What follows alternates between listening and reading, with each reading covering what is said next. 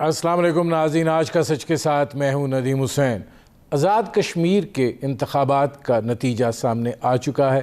पाकिस्तान तहरीक इंसाफ जो है उसने 25 नशिस्तें हासिल की हैं। पाकिस्तान पीपल्स पार्टी जो है उसको 11 नशिस्तें मिली हैं और मुस्लिम लीग नवाज़ जो है उसको 6 नशिस्तें मिली हैं। एक एक नशिस्त जो है वो मुस्लिम कॉन्फ्रेंस और जम्मू पीपल्स पार्टी ने हासिल की है। एक नशिस्त जो है उसके 4 पोलिंग स्टेशंस जो हैं उन पे चूँकि तनाज़ा हुआ था तो उस पे 29 जुलाई को इंतखाबात होंगे और फिर उसका भी फ़ैसला हो जाएगा कि वहाँ पे जीत जो है वो किसके हिस्से में आती है। इंतखाबात का जो नतीजा सामने आया है, इंतखाबात से पहले इसी नौइयत के नतीजे की जो है वो बात की जा रही थी और जिस तरीके से इखाड़ पछाड़ या जोड़ तोड़ हुई और फिर जो सफ़राई फ़ाइनल हुई तो यही कहा जा रहा था कि पाकिस्तान तहरीक इंसाफ जो है वो सादा अक्सरियत हासिल कर लेगी और जो नशिस्तें पीपल्स पार्टी की कही जा रही थीं या मुस्लिम लीग नवाज़ की कही जा रही थीं उसमें 2-3 ऊपर नीचे तो हो सकती हैं, लेकिन किसी हद तक क्याफिए और अंदाज़े जो थे वो यही थे। लिहाजा इन नताइज पर इतना अचंभा जो है वो नहीं होना चाहिए। अगर 2016 के इंतखाबात देखें तो उस वक़्त पाकिस्तान पीपल्स पार्टी की 3 नशिस्तें थीं और वो 3 से उठ के 11 पर गई है, जबकि मुस्लिम लीग नवाज़ जो है उसकी 31 नशिस्तें थीं और वो 31 से उठ के 6 पर आई है। यकीनन मरीम नवाज़ शरीफ साहिबा ने मुस्लिम लीग नवाज़ के प्लेटफॉर्म को लेकर बड़ी मजबूत एक और मौसर इंतखाबी मुहिम चलाई। पहली दफ़ा कश्मीर गई थी, लोग उनको सुनना भी चाहते थे और देखना भी चाहते थे और ज़ाहिर है जलसे जो है वो बहुत बड़े हुए। लेकिन बहुत से फैक्टर्स हैं जिन्होंने इस सारी सूरत हाल के अंदर जो है वो एक किरदार अदा किया है और ज़ाहिर है कि इसके असरात जो हैं वो आगे चल कर भी पाकिस्तान की जो सियासत है उसके ऊपर मुरतब होंगे। आज वफाकी वज़ीर इत्तलात और नशरियात फवाद चौधरी साहब ये फरमा रहे थे कि अब मुस्लिम लीग नवाज़ और पीपल्स पार्टी की क़यादत जो है उससे उनकी पार्टी के लोगों को इस्तीफ़े ले लेने चाहिए क्योंकि ये उनकी बदतरीन नाकामी है और ज़ाहिर है कि जब तक पॉलिटिकल पार्टियां यानी सियासी जमातें जो हैं वो इंस्टीट्यूशनलाइज नहीं होंगी, पाकिस्तान के अंदर जो है वो एक ऐसी सियासत वजूद में नहीं आएगी जो कारकुन जो है उसको लीडर बना सके।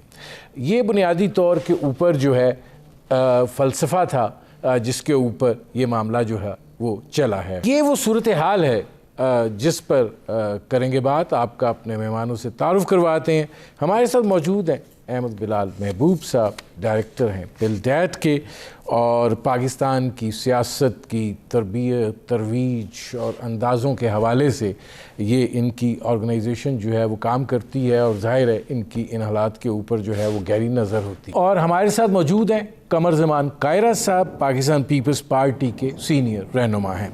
कायरा साहब, गुजारिश ये है कि इससे पहले कि उन बयानात पे आएँ या उन चीज़ों पर आएँ जिसमें हुकूमत जो है वो बात कर रही है, जब इंतखाबात की सफ़राई हो गई और ये तय हो गया कि ये लोग जो हैं वो इलेक्शन लड़ेंगे, जोड़ तोड़ का सिलसिला मुकम्मल हो गया, तो जो नताइज आए हैं तमाम क्याफिए, तमाम अंदाज़े, तमाम तज़िये जो हैं वो इस जानब इशारा कर रहे थे। और अगर हम 2016 के इंतखाबात देखें तो पाकिस्तान पीपल्स पार्टी की 3 नशिस्तें थीं और अब पीपल्स पार्टी ने वहाँ से आगे बढ़ते हुए 11 नशिस्तें जो हैं वो हासिल की हैं।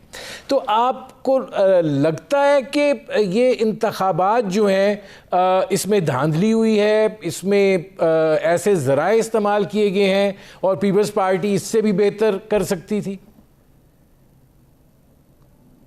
मुझे लगने को एक तरफ रखिए, मैं तो चले एतराज करूंगा कि मैं अपोजिशन की जमात से ताल्लुक रखता हूं, मेरा इंटरेस्ट और है।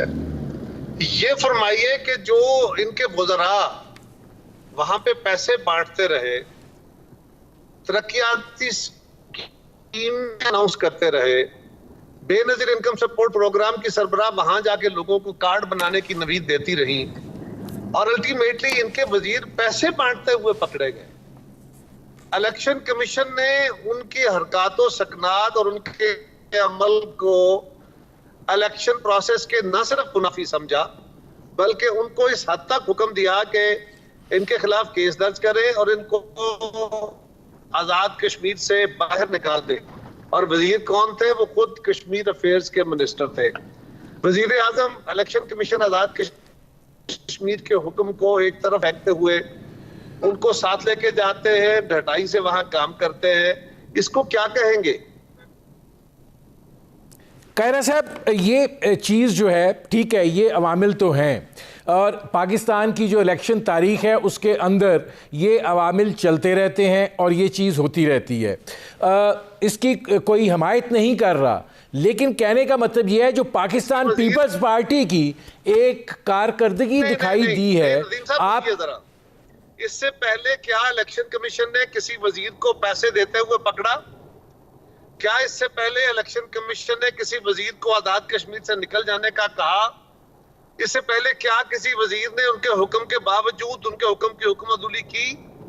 क्या किसी वजीर आजम पाकिस्तान ने इलेक्शन कमीशन की तस्दीक की? क्या कभी माजी में ऐसा हुआ कि ये होता रहता है? इसमें कायरा साहब ये फरमाइएगा कि जाहिर है आज़ाद कश्मीर का मामला है।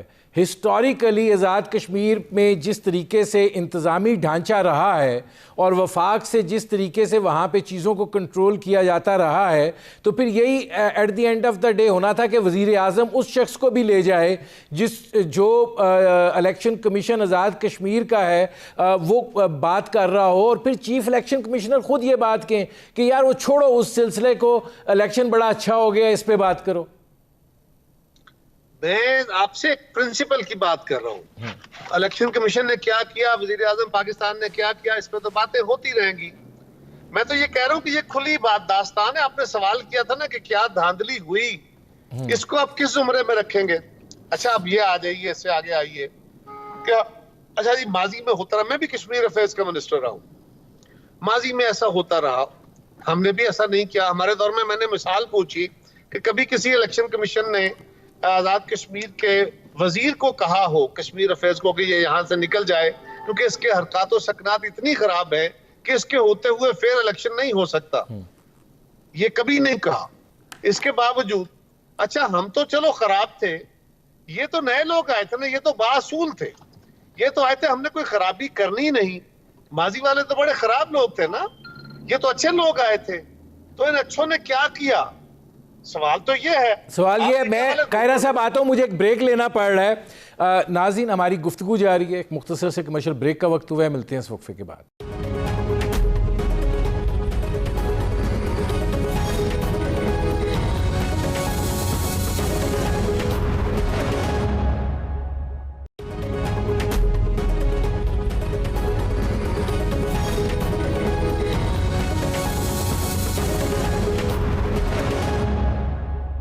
Welcome back. अहमद बिलाल साहब, ये फरमाइएगा कि जो ये आज़ाद कश्मीर के इंतखाबात हुए हैं, इसके जो नताइज आए हैं और जो पाकिस्तान तहरीक इंसाफ ने ये कामयाबी हासिल की है, मैं आपसे 3 अवामिल पूछना चाहता हूँ। वो कौन से 3 अवामिल हैं जिसकी वजह से पाकिस्तान तहरीक इंसाफ जो है उसको ये कामयाबी मिली है? देखिए नदीम साहब, पहली बात तो ये है कि जो आज़ाद जम्मू एंड कश्मीर के इंतखाबात हैं उनका डिज़ाइन कुछ ऐसे है कि ये जो मरकज़ में बरइख्तियार पार्टी है उसको बहुत एक एज हासिल हो जाता है। मिसाल के तौर से आप ये देख लें कि इसकी 12 सीटें तो पाकिस्तान के मुख्तलिफ सूबों में हैं और उसमें से भी 12 में से जो है 10 सीटें वो पंजाब के अंदर हैं और बाकी 2 सीटें एक खैबर पख्तूनख्वा में है और एक सिंध बलूचिस्तान में है। तो यहाँ पे जो इंतखाबात में जो इन सूबों में बरइख्तियार पार्टियाँ होती हैं, ये सीटें ट्रेडिशनली उनको जाती हैं, उनका इन्फ्लुएंस भी बहुत होता है, वो अपना इन्फ्लुएंस इस्तेमाल भी बहुत करते हैं। साबका दौर में जब पंजाब में PMLN की हुकूमत थी तो यहाँ 12 में से 10 सीटें PMLN को मिल गई थी और अब सूरत हाल ये है कि 12 में से 9 सीटें पाकिस्तान तहरीक इंसाफ को मिल गई हैं, 2 सीटें PMLN को मिल गई हैं और 1 सीट पाकिस्तान पीपल्स पार्टी को सिंध से मिल गई है। तो ये एक डिज़ाइन ऐसा है। तो अगर आप PTI की टोटल जो नशिस्तें उसने विन की हैं उसका तकरीबन 38-39% सीटें पाकिस्तान से हैं, पाकिस्तान के उन इलाकों से हैं जो रेफ्यूजीज़ के लिए थी, और इसलिए उनको 9 सीटें मिल गई हैं। तो एक तो ये बात है। दूसरा आमिल ये है कि जो आज़ाद कश्मीर के अंदर भी जो उसकी इकानमी है और उसके जो काम होने वाले हैं वो डिपेंडेंट हैं मरकज़ के ऊपर। लोग भी ये जानते हैं 12 साल के तजुर्बे से कि यहाँ भी चीज़ें आगे मूव करेंगी, उन्हें उसका फ़ायदा हासिल होगा, उनका बजट मिलेगा, बजट रिलीज़ होगा, उनके डेवलपमेंट के काम उसी वक्त होंगे जब यहाँ पे वो हुकूमत बरइख्तियार आएगी जिसके मरकज़ के साथ ताल्लुकात अच्छे होंगे। तो चूँकि ये बात उनको मालूम है, लिहाजा इसके नतीजे में भी PTI मरकज़ में मौजूद है और गिलगित बल्तिस्तान में भी मौजूद है, हमसायगी में। तो इसलिए लोगों का एक नॉर्मल, बेशक वो पसंद करते हों या ना करते हों बाज़-औक़ात, लेकिन चूँकि अपनी अमलियत पसंदी की वजह से वो उसी को वोट देंगे जिससे उनको कल को काम पड़ना है। तो ये दूसरी बड़ी वजह तो ये है। और तीसरी वजह मैं ये भी समझता हूँ कि बावजूद इस सारी बात के जो पब्लिक ओपिनियन पोल्स थे उसके अंदर इमरान खान साहब की शख्सियत को एक एज हासिल था, उनकी पॉपुलैरिटी को, तो इसने भी अपना रोल अदा किया होगा।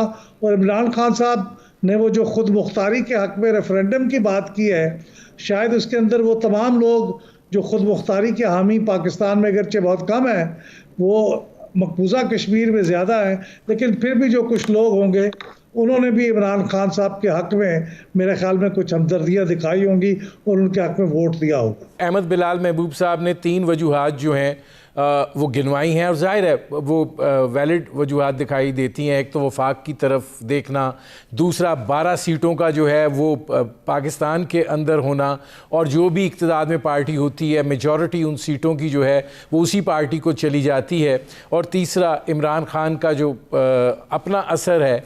लेकिन एक चीज़ इसमें ये भी ऐड कर दें कि ओवरसीज़ पाकिस्तानी जो हैं वो अभी तक खान साहब के शहर में है और ज़ाहिर है उसका भी एक इम्पैक्ट जो है वो आया होगा। लेकिन उसके बावजूद आप ये नहीं समझते कि पाकिस्तान पीपल्स पार्टी 11 सीटें लेने में कामयाब हो गई, जो कि पाकिस्तान तहरीक-ए-इंसाफ का तकरीबन जो उन्होंने नशिस्तें हासिल की हैं उसका 45% के लगभग जो है वो बन जाता है।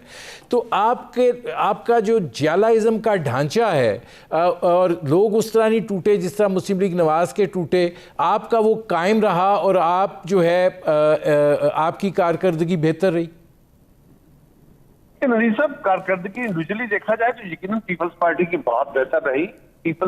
पीपल्स पार्टी ने कश्मीर के अंदर से फिल वक्त 10 सीटें हैं। अभी 1 सीट का रिजल्ट रुका है, 4 पोलिंग स्टेशन जिन पे इलेक्शन होना है वो भी इंशाल्लाह पीपल्स पार्टी जीत रही है। तो ये जो हमारे 12 में से 1 सीट उधर जाएगी, फिलहाल 10 ही कर लें, 10 सीटें तो हम कश्मीर से जीते हैं, मुस्लिम लीग वहां से 4 सीटें जीती है और 33 में से ये आधे से ज्यादा सीटें हमारी हैं। ये बात दुरुस्त है कि ट्रेडिशनली लोग वफाकी हुकूमत की तरफ देखते हैं। मेरा हमेशा से ये मौक़िफ़ रहा है, जब मैं हुकूमत में था तब से, कि हमें आज़ाद कश्मीर और गिलगित बल्तिस्तान के इलेक्शन को इसी तरीके से ये करना चाहिए मैनेज कि हम इनको पाकिस्तान के इलेक्शन के साथ ले जाएं, ताकि ये जो तासर है कि जिसकी यहाँ हुकूमत होती है वहां इन्फ्लुएंस कर लेता है, ये तासर खत्म हो सके। इसकी कुछ लीगैलिटीज होंगी, कुछ प्रॉब्लम्स होंगे, लेकिन वो दूर किए जा सकते हैं ताकि वहां के इलेक्टोरेट को ये तासर और ये तस्दीक ना हो कि जिसकी हुकूमत है जी वो भाई लोग उसकी तरफ देखते हैं, ये नहीं लोग असूलों की तरफ देख के आए। दूसरा, ये जो 12 सीटें पाकिस्तान के अंदर हैं, ये भी एक सीरियस कश्मीर के अंदर सवाल है कि क्या ये सीटें इस तरह यहाँ पे होनी चाहिए, क्योंकि जो कश्मीर के लोग हैं, आजाद कश्मीर की तो सब ठीक है, हमने मकबूजा कश्मीर के हवाले से ये सीटें यहाँ रखी हैं, लेकिन आजाद कश्मीर के इलेक्शन का ये एक अजीब मखमसा बन जाता है कि एक बंदा 2000 वोट लेके जीत जाता है और एक बंदा 30,000 वोट लेके हार जाता है। ये एक सीरियस क्वेश्चन है, वहां पे लोग इस पे बहस करते हैं कि इन सीटों को फ्रीज करना चाहिए तावक्ते के आजाद कश्मीर और मकबूजा कश्मीर इकट्ठे हो जाएं और उनका इन लोगों को राइट टू वोट वहां पे जरूर होना चाहिए, बिल्कुल होना चाहिए। मैं आता हूं कायरा साहब, मुझे एक ब्रेक लेना पड़ा है। नाज़रीन, हमारी गुफ्तगू जारी है, एक मुख्तसर से कमर्शियल ब्रेक का वक्त हुआ है, मिलते हैं इस वक्फे के बाद।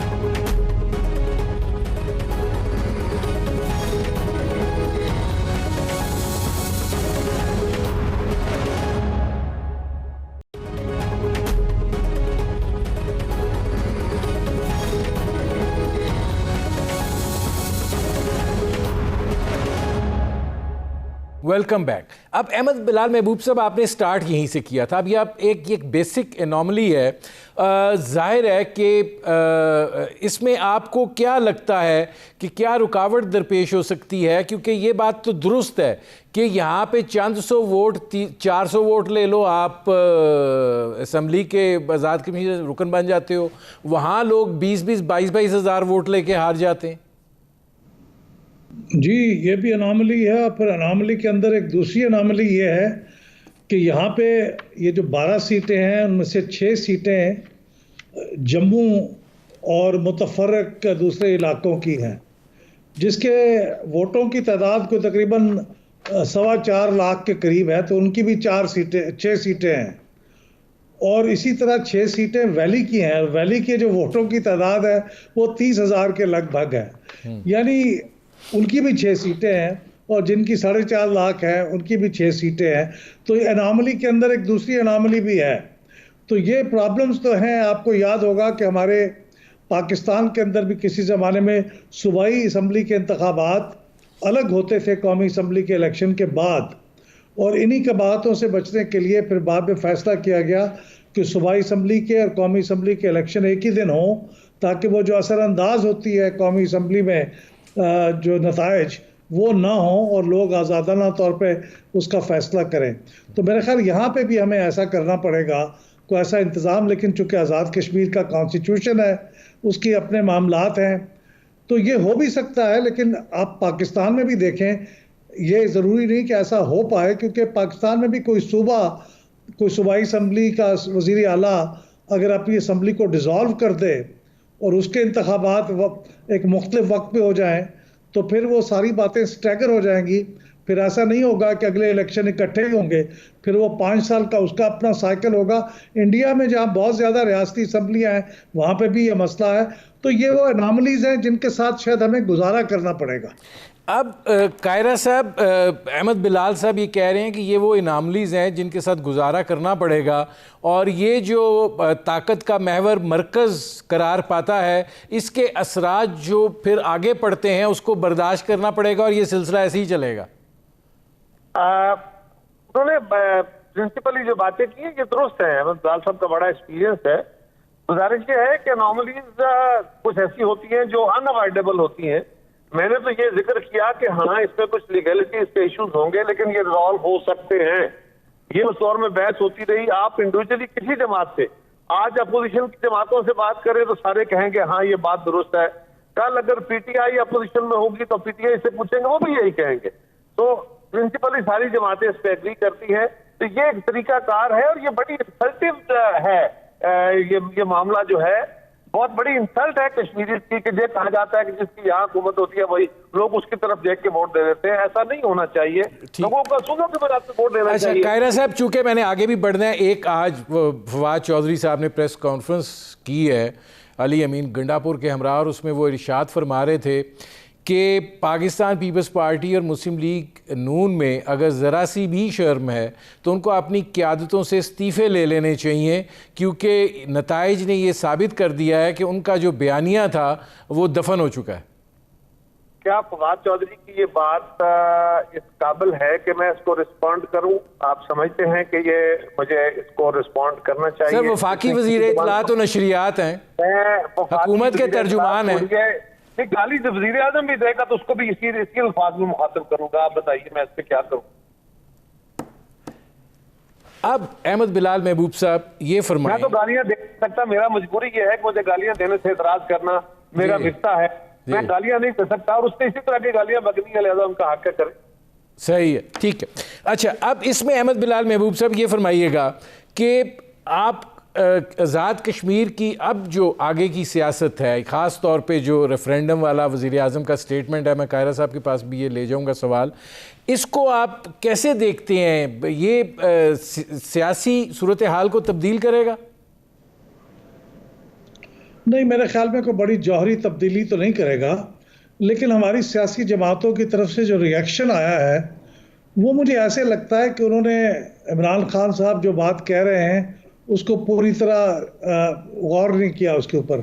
वो ये नहीं कह रहे हैं कि कोई जो राय शुमारी होगी यानी प्लेबिसिट होगा, उसके अंदर एक थर्ड ऑप्शन दी जाए, वो ये नहीं कह रहे हैं। वो तो ये कह रहे हैं कि जब ये इलेक्शन हो जाएंगे, जब ये रायशुमारी कभी होगी, जब हो जाएगी, और उसके बाद अगर पाकिस्तान के हक में लोग वोट दे देंगे, ये भी दूसरा मफरूज़ा है, तो फिर उसके बाद जब ये मरहला आएगा, क्योंकि हमारे कॉन्स्टिट्यूशन में लिखा हुआ है आर्टिकल 257 में कि हमें फिर कश्मीर के लोगों से पूछना होगा कि उनका और पाकिस्तान के दरमियान क्या ताल्लुक़ होना चाहिए।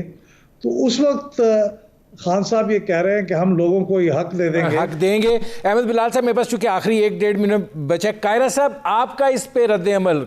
अहमद बिलाल साहब कह रहे हैं कि ओवर रिएक्ट कर रही हैं सियासी जमातें। है ये कौन सा हो रहा है, ये होने का इम्कान पैदा हो रहा है जी। तो ये जब दूर होगी तो मैं अहमद बिलाल साहब, मेरे पास आखिरी मिनट है, मैं जरा कायरा साहब का भी इस पे जवाब ले लूं। जी कायरा साहब। बिल्कुल ओवर रिएक्ट नहीं कर रही, बिल्कुल दुरुस्त रिएक्ट कर रही हैं। इसलिए कि जब एक रेफरेंडम हुआ, अगर फर्ज करें जो अक़वाम मुत्तहिदा की करारदाद के तहत होना है, तो उसमें कश्मीर के लोगों को ऑप्शन ही ये मिलना है। उसमें मकबूजा कश्मीर और आजाद कश्मीर के लोगों ने मिलकर रेफरेंडम में हिस्सा लेना है। और उस रेफरेंडम क्या होगा कि आप पाकिस्तान के साथ जाना चाहते हैं या हिंदुस्तान के साथ। अगर एक दफा उन्होंने कह दिया कि हम पाकिस्तान के साथ जाना चाहते हैं, तो आज आप अगर दोबारा आर्टिकल, जो आइन का आर्टिकल कोट कर रहे हैं उसके तहत, तो फिर आप किसी भी सूबे को ये इख्तियार देंगे, तो फिर आप न्यायिक पंडोरा खोलेंगे। जब आप उनसे पहले राय ले लेंगे और कश्मीर के लोग मेजॉरिटी में ये राय दे देंगे कि हम पाकिस्तान के साथ जाना चाहते हैं, तो फिर कौन सा नया रेफरेंडम और कौन सी नई कहानी है। यही हम कह रहे हैं कि इससे पाकिस्तान का मुकदमा और उल्टेगा और खराब होगा, कंफ्यूज होगा। ठीक है अहमद बिलाल साहब, 30 सेकंड है, अगर आप इस पे बात करना चाह रहे हैं। ये सिर्फ कश्मीर से मुतल्लिक है, ये कश्मीर का जो कभी फैसला होना है, लिहाजा ये फैसले करने के लिए सिर्फ कश्मीर को मौका दिया गया है, बाकी किसी और सूबे के लिए ये बात वैलिड नहीं है। इस पर मेरा अहमद बिलाल साहब एक गुजारिश है, आप ये फरमाइए, आपने कश्मीर से फैसला ले लिया कि उन्होंने हिंदुस्तान के साथ जाना है या पाकिस्तान, अगर वो ऐलान कर देते हैं, फैसला कर देते कि हमने पाकिस्तान के साथ जाना है, तो फिर कौन सी नई राय लेनी है आप? नहीं, वो फिर ये राय लेनी है कि हमने उनको खुद मुख्तारी कितनी देनी है, इस बात का रेफरेंडम है। नहीं, आप उनको देखें। फिर एक और सवाल है ना, फिर तो वो आप जब आपके साथ आ गए, एक्सेशन नहीं, ये तो उन्होंने वोट करके एक्सीड कर लिया, एक्सटेंशन हो गया ना आपके साथ एक तरह का, ठीक है। फिर तो आपके साथ आपके स्टेट का हिस्सा बन के रहेंगे। जी हाँ। फिर आप किस तरह कर सकते हैं? कर सकते हैं। मेरे प्रोग्राम का वक्त खत्म हो रहा है। बहुत शुक्रिया अहमद बिलाल महबूब साहब, बहुत शुक्रिया कमर जमान कायरा साहब। नाज़रीन, आपने हमारे प्रोग्राम की शुरुआत की गुफ्तगू सुनी। अब तक के लिए इतना ही, इजाज़त दीजिए, अल्लाह हाफ़िज़।